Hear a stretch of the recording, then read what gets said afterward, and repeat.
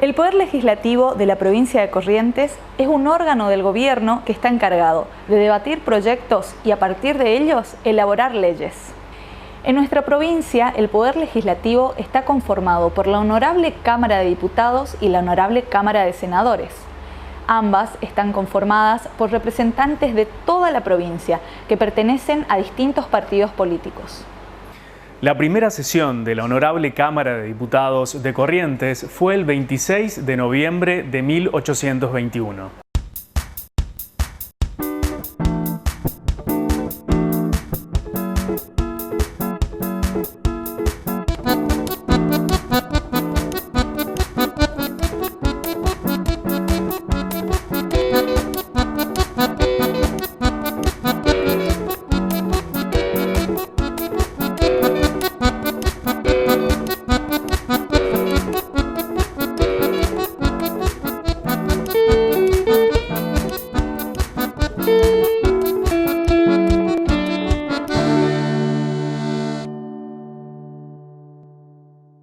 Bienvenidos a un nuevo programa de Creando Encuentros, esta propuesta de la Honorable Cámara de Diputados de la provincia de Corrientes, presidida por el doctor Perucho Casani, que busca establecerse como un vínculo entre los artistas, hacedores culturales y la sociedad toda. Te queremos contar también que en la sesión número 21 de la Honorable Cámara de Diputados de Corrientes obtuvo la media sanción el proyecto del último adiós. Un proyecto que establece el acompañamiento en el momento final de vida de los pacientes con COVID-19. Ahora, Florencia, le vamos a dar la bienvenida a un personaje referente de la cultura que nos va a estar acompañando en todos los programas de Creando Encuentros. Y vivir soñando por tu amor desde aquel día, que escuché tu voz temblando, confundido de alegría. Mi guitarra canta pena, por tus manos piel morena, encendiste mi arboleda con tibieza mañanera, y en mis noches sueño y sueño que me muero por tus besos, amor mío, vieja pena de Corrientes piel morena. Y la sorpresa de la que les hablábamos ya está aquí con nosotros. Él seguramente es muy conocido por todos ustedes, el señor Goyo Prieto. Bienvenido, Goyo, qué placer. Todo el placer es mío. Un placer muchas gracias por ayudarme a participar en esto. La verdad de que siempre trabajé detrás de las cámaras, así que es todo un desafío. Muchas gracias. Pero confío en ustedes. Gracias por incorporarte al equipo de Creando Encuentros. Y nuestro invitado del día de hoy es cantante, productor musical, músico también y bueno, y muchas otras cosas que nos va a ir contando a lo largo de la entrevista. Augusto Santoro, bienvenido. Un placer estar aquí. Contanos, Augusto, ¿de qué manera la vida te fue llevando por los caminos de la música? ¿Cómo fueron esos inicios? ¿Qué te atrapó de esta manifestación artística? Si vamos a los inicios primigenios, en realidad el primer recuerdo que tengo específicamente con el canto es con mamá. Recuerdo que mamá solía cantar cuando hacía las cosas de la casa, y también en retrospectiva, cuando lo pienso, creo que tiene que ver con la primera asociación de felicidad en una persona cantando. O sea, la recuerdo a mamá feliz cantando, y evidentemente eso caló de alguna manera, o de muchas maneras, en mí, como muchos de mis procesos en la vida, por lo menos hasta los 20 años, que fueron así medio por inercia. Después, más adelante, después de los 20 años, empecé a tener más conciencia de lo que significaba para mí este abordaje. Hasta entonces tenía que ver con placer, hedonismo, me gustaba cantar, lo disfrutaba. Había ahí algo, un poquito de talento probablemente, más oído probablemente que voz. Y después, más adelante, cuando fui más adolescente, digamos, me metí en el Instituto de Música, empecé a conocer un poco desde adentro lo que conllevaba el estudio de la música, me gustó, tuve progresos rápidos. Aproximadamente en un año me pasé de la carrera en el Instituto de Música de Capacitación Vocal a la Tecnicatura, que yo fui la primera promoción, la primera generación de la Tecnicatura, junto por ejemplo con Emilio Aguilera y otros amigos también conocidos. Y ahí empecé a conocer realmente el abordaje y la importancia del abordaje técnico a la hora de cantar. ¿Okay? Y más adelante, en los años posteriores, empecé a trabajar en un taller de canto lírico en Resistencia con la profesora Naecha Brizuela, que aportó grandes beneficios a mi desarrollo como cantante. Y bueno, y desde entonces estoy en ese vuelo de capacitación propia, de desarrollo artístico y también de ofrecer lo que he aprendido, digamos, en este tiempo, capitalizándolo, ofreciendo servicios también soy preparador vocal, enseño técnica vocal y canto, soy director musical, productor musical y bueno, y toda mi profesión, mi energía, mi tiempo vital está básicamente enfocado hacia la producción y cualquier tipo de manifestación de la música en cualquier estrato. Te fuiste a estudiar a San Luis producción musical. Ajá. Te fuiste a vivir y a estudiar a San Luis. Sí. Contanos un poco cómo fue esa experiencia. Fue una experiencia revolucionaria en muchos sentidos, porque sobre todo desde acá venía trabajando en el instituto con un enfoque y una perspectiva más clásica. Yo no soy cantante de ópera, pero tengo formación clásica, eso caló y quedó, como se llama, impreso en mí. Pero cuando me fui a la universidad, además de que el contexto universitario es distinto y te ofrece otros colores, otros cromatismos distintos, la verdad es que tuve bueno, no creo en la suerte, vamos a decir la sincronización o la providencia de tener profesores que son artistas que se dedicaron a la docencia. El enfoque, la manera de encarar digamos, el desarrollo pedagógico viene con un estímulo muy distinto. Entonces, la experiencia en la universidad fue vital para poder desarrollar muchas de mis percepciones y de mis enfoques más sutiles en la música y menos efímeros quizás. Empecé a entender, por ejemplo, o al desarrollarme más como músico, cuál es el sentido expresivo de un acorde, qué subyace en una frase musical a la hora de trabajar la expresión, y también otras situaciones que me ayudaron a pensar de otra forma, no solamente como músico o como cantante, sino también como artista, pensando en el arte como realmente una expresión, como una eclosión externa de quiénes somos también, de sentimientos. Me permitió realmente desarrollarme en un sentido muy profundo, filosófico hasta te diría, además del musical. Así que la verdad que fue una experiencia fantástica. Fue en la Universidad de San Luis, ¿no es cierto? Universidad Nacional de San Luis, exactamente. Claro, más allá del talento innato, del oído, de estas cualidades que vos nombrabas que traías siempre, volcaste como esa conciencia también, ¿no? Y a la vez te permitió cuidar de otra manera tu voz y hoy en día poder compartir todos esos conocimientos con otras personas. Volviendo a esta experiencia que sin duda fue muy significativa para vos, de tu paso por la universidad, también formaste parte del coro de esa institución, que te llevó a recorrer muchos escenarios, ¿no? Sí. Y muchas experiencias. ¿Cómo fue eso? Bueno, recién ingresé en la universidad y me metí en todos los ámbitos que podía para tratar de desarrollarme. Uno fue el coro. Tenés una pequeña audición para ver cuáles son tus aptitudes a la hora de cantar y cómo está el desarrollo audioperceptivo. Me tomaron en el coro y además también me metí en la banda de la universidad, lo que se conoce dentro del contexto universitario como ensamble universitario. ¿Tocabas algún instrumento? Era uno de los vocalistas. Uno de los vocalistas. Bien. Ambas experiencias fueron realmente, siempre digo, experiencias laborales dentro de un contexto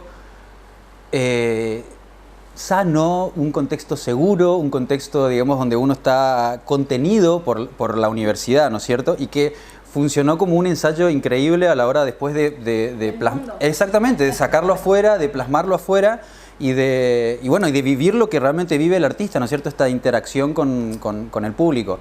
En el coro fue el primer la primera experiencia que yo tuve a nivel de movimiento escénico, porque no fue un coro ortodoxo, digamos, en el que estábamos, sin denostar por supuesto, nada, con la partitura, sino que tenía que ver con un concepto de movimiento. Claro, sí, no te digo que llegaba a ser teatro musical, pero definitivamente había un concepto que tenía que ver con un hilo conductor en la historia de las canciones, que había una puesta en escena, había movimiento, coreografía, había pantallas, todo para amplificar el efecto expresivo de las canciones. Los arreglos eran absolutamente hechos por mi profesor, mi mentor, Ricardo Marino, que además es el director de la carrera, un músico realmente maravilloso, excelso y con una sutileza y una sensibilidad de la que realmente agradezco todos los días haberme podido nutrir. Y también en el ensamble universitario la experiencia de la creación de la música, porque sobre todo en estos contextos de universitarios o académicos, vos te encontrás con una canción y la das vuelta, una samba que termina sonando como candombe, no sé, una chacarera que termina con alguna textura de rock. Y realmente fue un contexto que a mí me permitió mucho ver cómo se produce, en el sentido más estricto de la palabra, la música desde la recreación, ¿no es cierto? Fue una experiencia también de súper crecimiento y que nada, que a partir de esa experiencia también hemos podido salir, una vez que se desarrolló el coro y se desarrolló la banda, salimos de la provincia de San Luis, fuimos a Buenos Aires, salimos a otras partes, recorrimos, mostrando lo que fuimos haciendo en estos años de la carrera. Todo eso te sirvió de experiencia, esa formación, para poder estar en el elenco que se realizó en el Teatro Vera acá para la producción de La Bella y la Bestia, en una musical muy importante que se hizo aquí en Corrientes y que forma parte de la capacitación que hiciste en San Luis. Sí, siempre digo que la experiencia en esta versión de La Bella y la Bestia, que es Bella Esencia, de producción autóctona correntina y acá con gente del Chaco también, fue como la plasmación de muchas situaciones que yo vi dentro del contexto de la universidad. De hecho, una de las situaciones con las que nosotros teníamos que trabajar en la universidad, por ejemplo, en una materia que se llama taller, es, bueno, te llega un director de teatro, de televisión, y te dice, mira, necesito una música incidental, que es la que básicamente amplifica todo el contexto audiovisual de una película, de teatro, ¿ok? Cómo la música lleva, digamos, al paroxismo lo que ocurre incidentalmente en la escena. Y pude capitalizar esa experiencia cuando justamente ingresé en el musical de Bella Esencia. Primero entré como integrante, como uno de los intérpretes, digamos, del elenco exactamente. Y a medida que fue pasando el tiempo fui ganando espacios, haciendo propuestas concretas para que se vaya desarrollando el proyecto y desde el ingreso a determinado tiempo me ofrecieron el trabajo de dirección y constituí uno de las tres aristas, digamos, dentro de la producción de Bella Esencia, donde básicamente trabajé sobre la mayoría de los temas originales del musical, junto con el gran músico, gran persona, Wally García, que también él trabajó en la parte de producción musical. Y sí, y fue un trabajo sumamente interesante y complejo, porque yo, además de ser uno, digamos, de los protagonistas, o uno de los que estaba, digamos, dentro del elenco, tenía era como Mr. Músculo, estaba así como multifunción, haciendo trabajos de producción, de dirección, componiendo, ensayando, así que era como Calamardo, era un pulpo que estaba como un poco de todo. Eso abarca muchas aristas Muchísimas. del escenario, vestuario, coreografía, interpretación, así que una experiencia muy rica. Fue una experiencia realmente transformadora para todos los que estuvimos dentro del contexto de Bella Esencia, porque además también fue como una especie de experimento, en el sentido de que ninguno había tenido una experiencia concreta en la integralidad de las tres disciplinas, bailar, cantar y actuar, y lograr, digamos, la ejecución simultánea de estos tres ítems. Realmente es algo que lleva mucho entrenamiento y que sobrepasa por mucho la preparación que tiene un cantante de forma unilateral, ¿ok?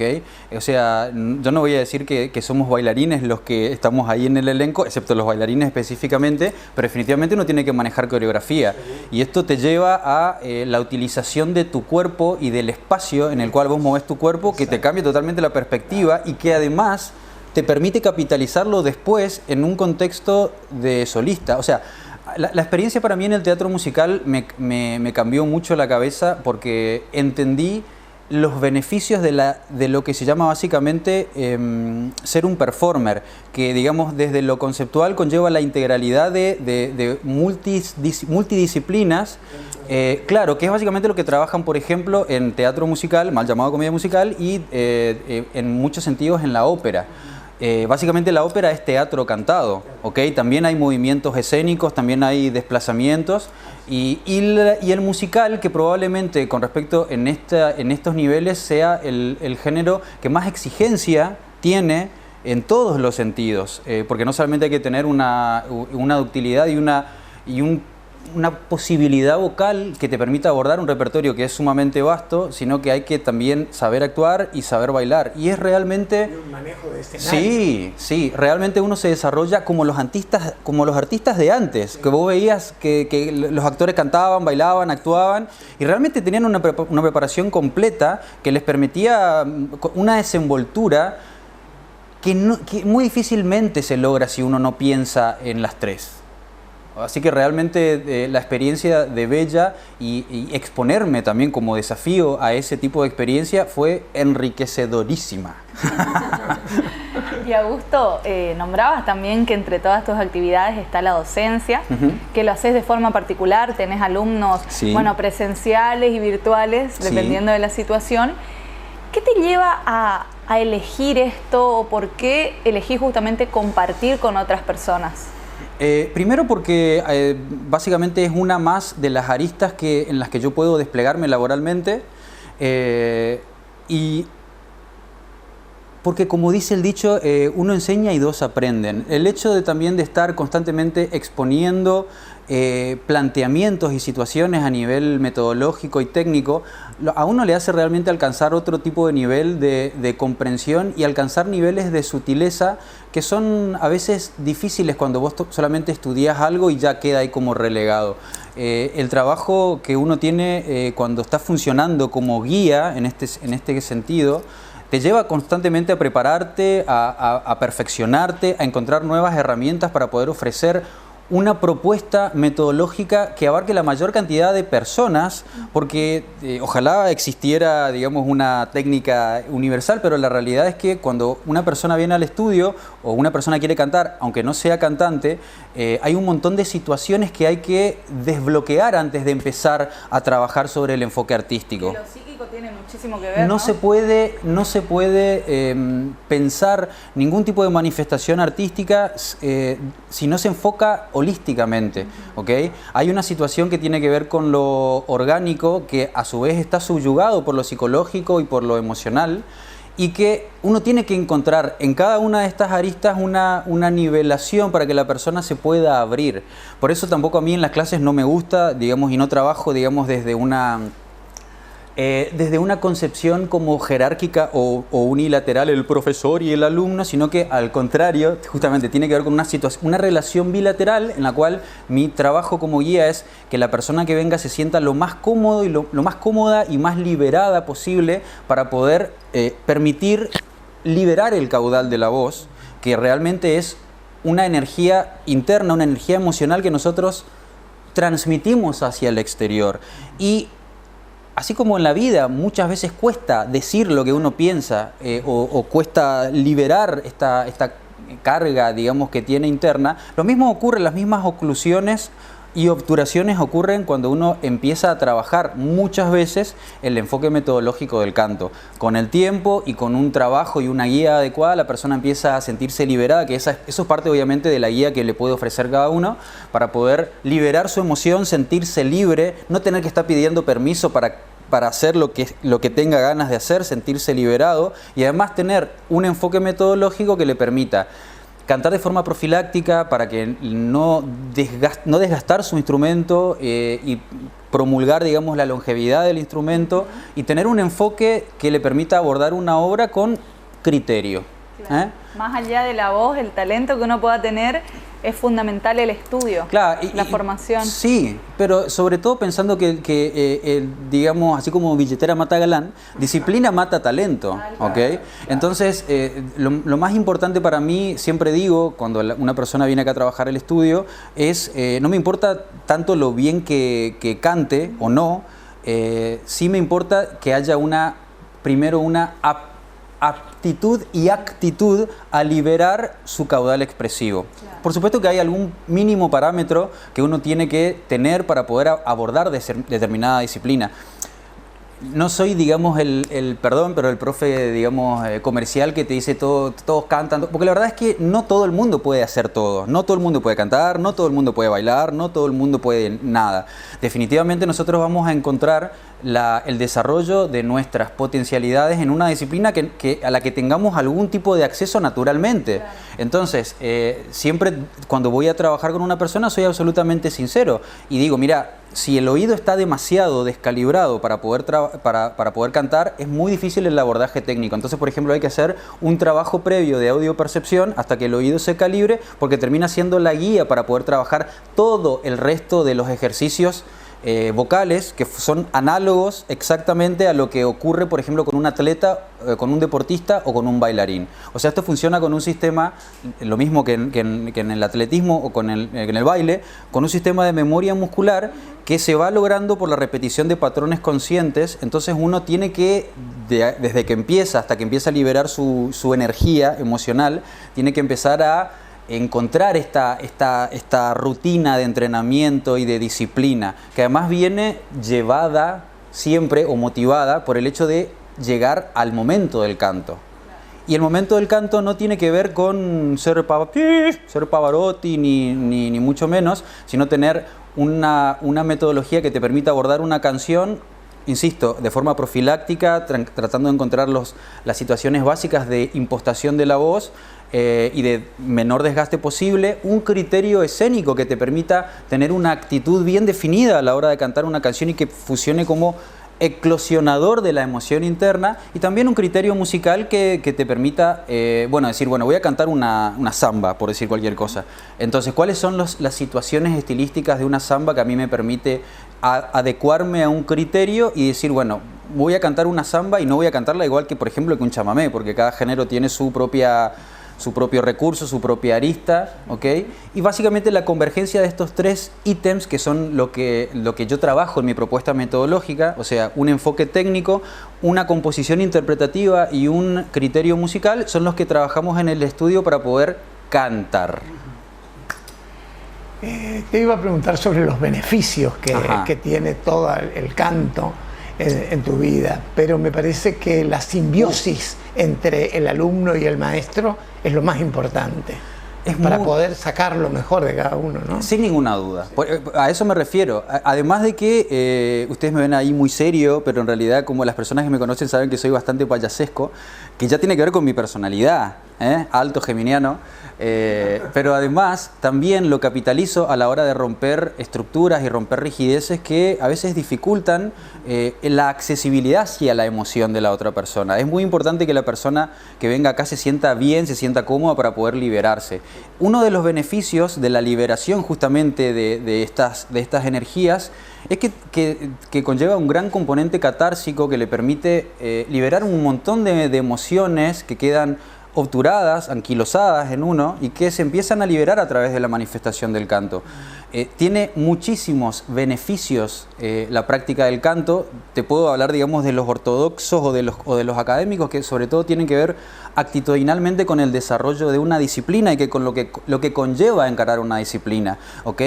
Persistencia en el trabajo, tolerancia a la frustración, continuidad, persecución de objetivos, que estimula además en cada uno de nosotros los mejores atributos, ¿ok? Pero además de todo eso, realmente lo más importante y lo que yo siento que me pasa a mí como artista y lo que ofrezco también es poder conectarse con un momento de libertad, que para mí como objetivo es la gran búsqueda de mi vida y que creo que es digamos, la controversia por la que vivimos un poco todos. Cómo las mismas situaciones de la vida nos terminan obturando y condicionando con respecto a quiénes somos. Entonces para mí es muy importante, sobre todo, la técnica es hermosa y todo eso, pero sobre todo poder encontrar formas en mí y en las personas que vienen a trabajar conmigo de libertad, de liberar la expresión para poder sentirnos realmente lo más cercanos a lo que somos. Eso es lo más importante para mí. Mucho beneficio. Sí. Y que sin duda eso después se traslada a otros ámbitos de la vida. Lo que uno logra en lo artístico se traslada a lo personal y vamos también diciendo y sintiéndonos más libres. Sí. Augusto, un placer compartir esta entrevista con vos. Bueno, aquí le dimos hoy la bienvenida también a Goyo. Antes de cerrar, te queremos pedir 2 cositas. Ajá. Primero, que nos dejes un mensaje para aquella persona que quizás está mirando, que quiere cantar pero no se anima o canta y no sabe qué pasos dar. Y después, por supuesto, que nos regales alguna canción, la que vos quieras, la que elijas. Bueno, con respecto a la primera pregunta, vengan al estudio. Sí, nada, insisto, yo creo que la primera situación que uno tiene que tener para poder abordar algún tipo de manifestación es cierta accesibilidad a para poder abordarla, que es mínima, que no se requiere tampoco, insisto, ser Pavarotti ni tener ningún tipo de oído absoluto para poder encararlo. Basta con algunas situaciones que vienen ya impresas, estaba por decir, ya se permite, la Real Academia lo permite, como se llama, impresas dentro de uno y que se pueden desarrollar.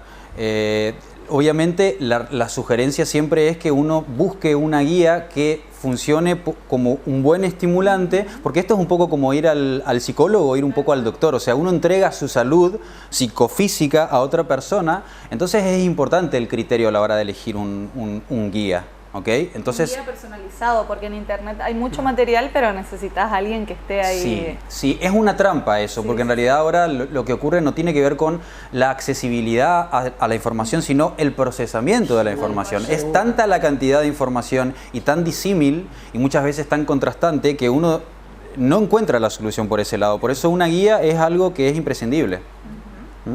¿Y ahora qué nos vas a regalar? Bueno, voy a cantar un pedacito de Corriente Soñadora, ya que estamos recordando nuestra hermosa provincia. Un pedacito. Dale. Corriente soñadora, con balcón hacia el río, espejada en tus aguas tu tiempo transcurrió, entre galas de ceibos y lapachos floridos, aquellos que el poeta más de una vez cantó. Déjame que te evoque mi canto trasnochado, de alegres serenatas entre reja y balcón, reviviendo en mis versos las estampas añejas de embaldosados patios con jazmín y balbón. Chan, chan. Muchas gracias. Un placer. Muchas gracias.